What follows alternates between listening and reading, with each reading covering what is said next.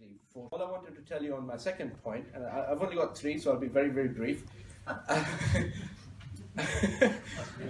Those who know me are laughing, right? I'll keep it short. When you hear any kind of news, I encourage you to get to the subject matter rather than the fluff and the emotion and the jargon surrounding it. What am I saying? What am I talking about? When people say China bans Bitcoin, complete nonsense. China never banned Bitcoin. China is concerned about cowboys coming up with new coins that have absolutely no value and no worth whatsoever, launching them onto a market, getting millions of people interested. The only way you can buy another cryptocurrency is when you spend Bitcoin. So millions of people spend Bitcoin, somebody suddenly receives a lot of Bitcoin, which is their end game. They take that Bitcoin and run away, and you are left with a bag of worthless pieces of internet information, and they call it a coin, right? So China is not, no government in its right mind is against cryptocurrency. No government will look at Bitcoin and say this is not something we want to deal with. They are concerned legitimately about the money laundering potential, about proceeds of crime being washed clean and you will never know how it got back into a system. They're concerned about the normal things that if you were in the government's position, you would be concerned about them. So let's just break these two things down. Don't fall for negative news, because it must have real substance. We have a number of governments actually accepting cryptocurrency.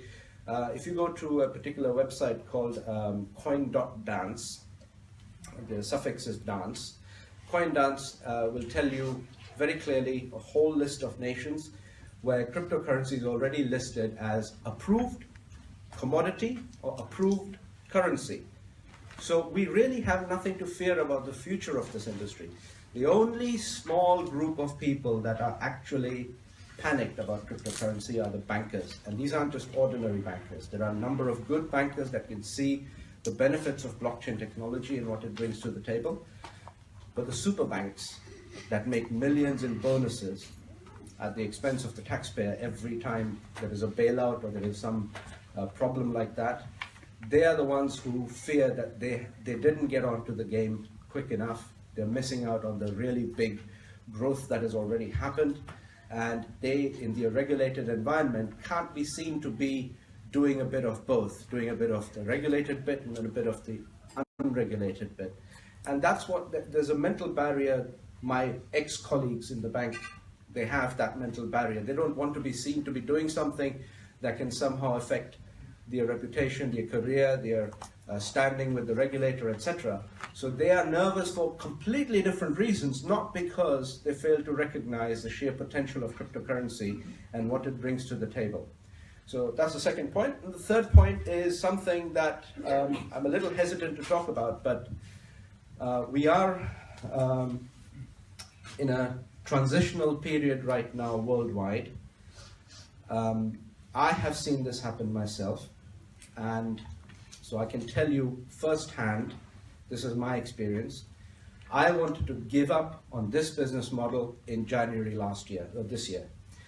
I joined in July, and it went really well, and then it kind of tapered off, and there were some issues, which, precious metal companies usually have banks as their biggest enemy because they don't like precious metals.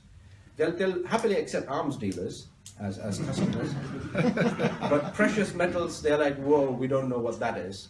And they're the ones that ought to be telling you to hold precious metals in the first place. So January was a bit of a painful time. We have Karen here, and I really want to thank Karen Creasy for actually organizing this. So thank you very much, Karen.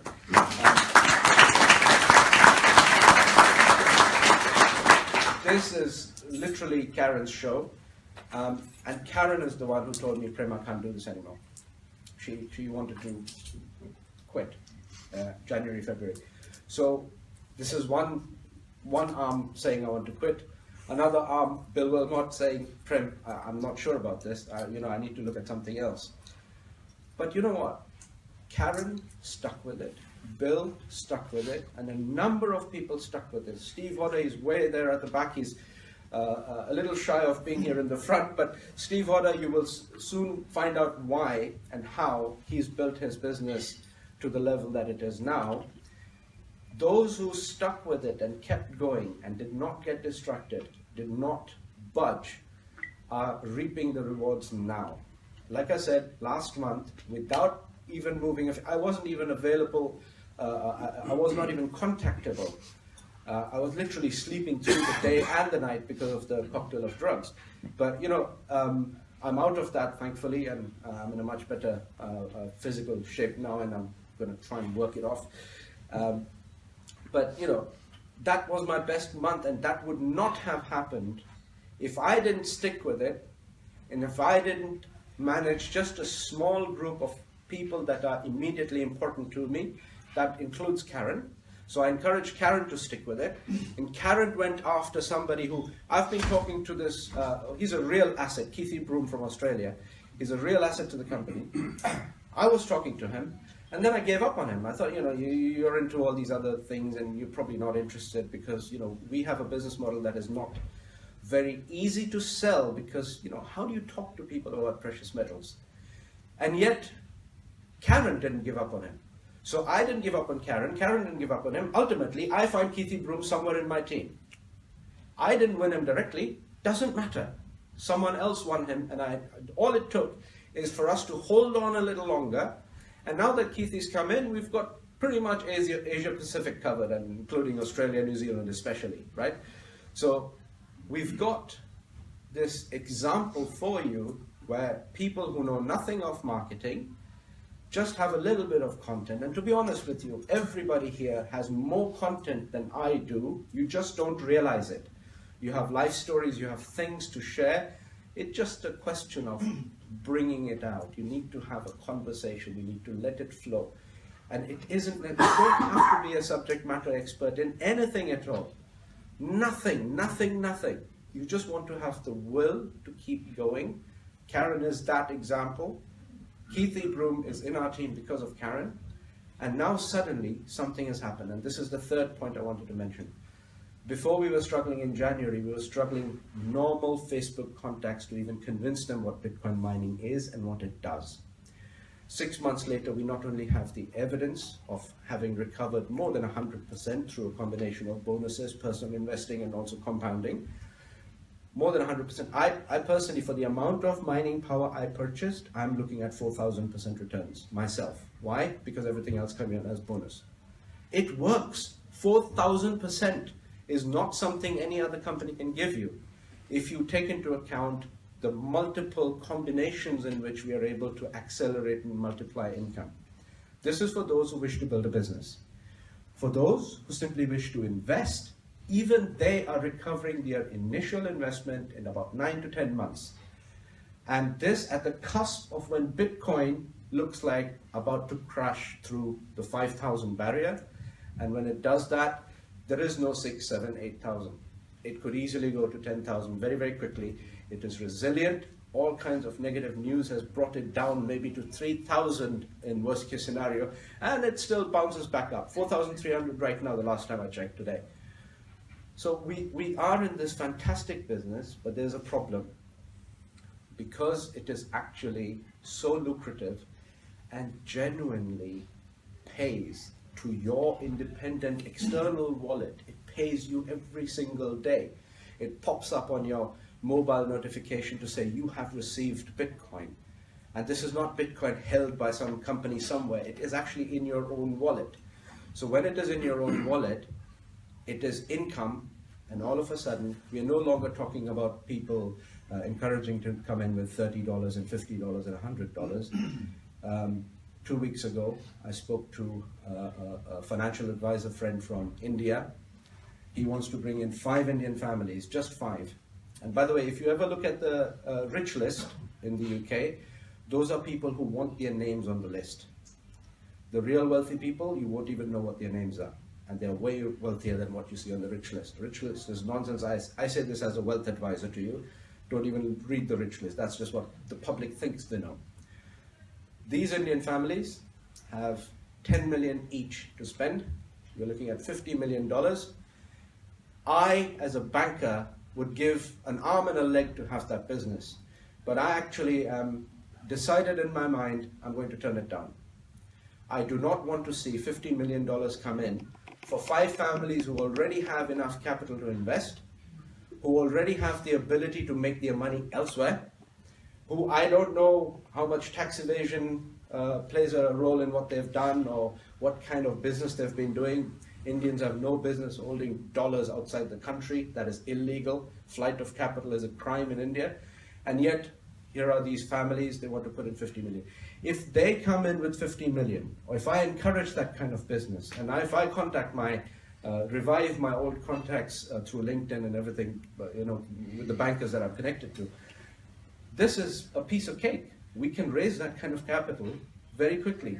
I would rather have 1,000 people with just $1,000 come in and serve a wider audience that actually needs the income and can do better with that small little amount. They can start rolling it up. They can use their various options about how to actually use their income. But I'd rather see 1,000 new people in a small capacity than 5 people with a large capacity.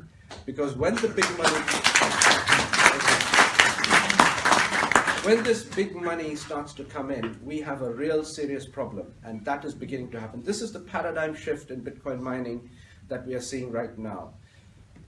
Large amounts of deeper wallets coming in. All my conversations recently have been 100,000, $500,000, that kind of money. When those people come in and buy up all the available contracts, they will run out sooner than they would otherwise have run out. So we have had this recent experience where actually Bitcoin mining has been the hottest selling commodity I can think of. It has been the highest returning contract nobody can argue against it. Many different business models do many different things in many different ways. This is one way you can actually independently calculate your daily earnings and know that the company is not holding back anything at all. Neither Swissquote Global nor Genesis Mining, they have no reason to withhold anything from their own members. That is the integrity of this business. I really would like those 50 million, but only if they come in under a condition that 95% of the 50 million goes into gold and silver, only 5% comes into mining. I don't want mining running out anytime soon, again, because all of a sudden the game has changed. So we are on the... Are you trying to live me? That's fine, no worries.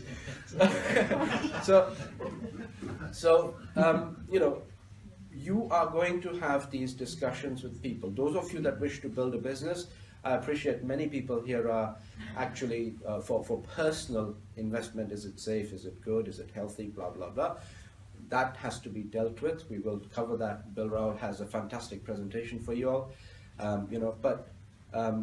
For the rest of us who are business builders, you're going to notice a change in the kind of caliber of people coming in. I can guarantee you this, because nothing else out there, no bank, no other financial asset class, nothing is giving these kind of returns. And that too, the returns that come in have a potential to skyrocket anytime, any minute. We don't know when. No need to predict anything, no need to put dates to it. But I just wanted to tell you, 50 million is a number you can bear in mind. Please don't post it all over Facebook.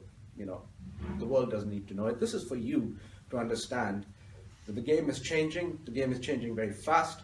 All we want to do now is, we've got some good plans. There's a lot of work taking place behind the scenes that we don't necessarily see. So it's not like we're just sitting waiting for contracts to come online again. There is actually a lot going on. There's a lot of activity in the background that you may not see, but we are in a company that is going to make the right kind of waves worldwide, and you are actually at the forefront of that company. And many of you are going to keep surpassing me in rank, in earning, in personal satisfaction through this company, because like I said, my job is to deliver to you as best as I can through my silly little YouTube videos, but my job is to deliver to you a simplified understanding so you can take it to another level with your audience and hopefully understand what appears to be complex but really isn't that complex. To just break it down. That's all I do. I don't do the marketing. You are the marketers. So with that, I'm going to just say thank you again for being here, and I'm going to hand over to a very special Bill Rowell. I think if you are ready, Bill.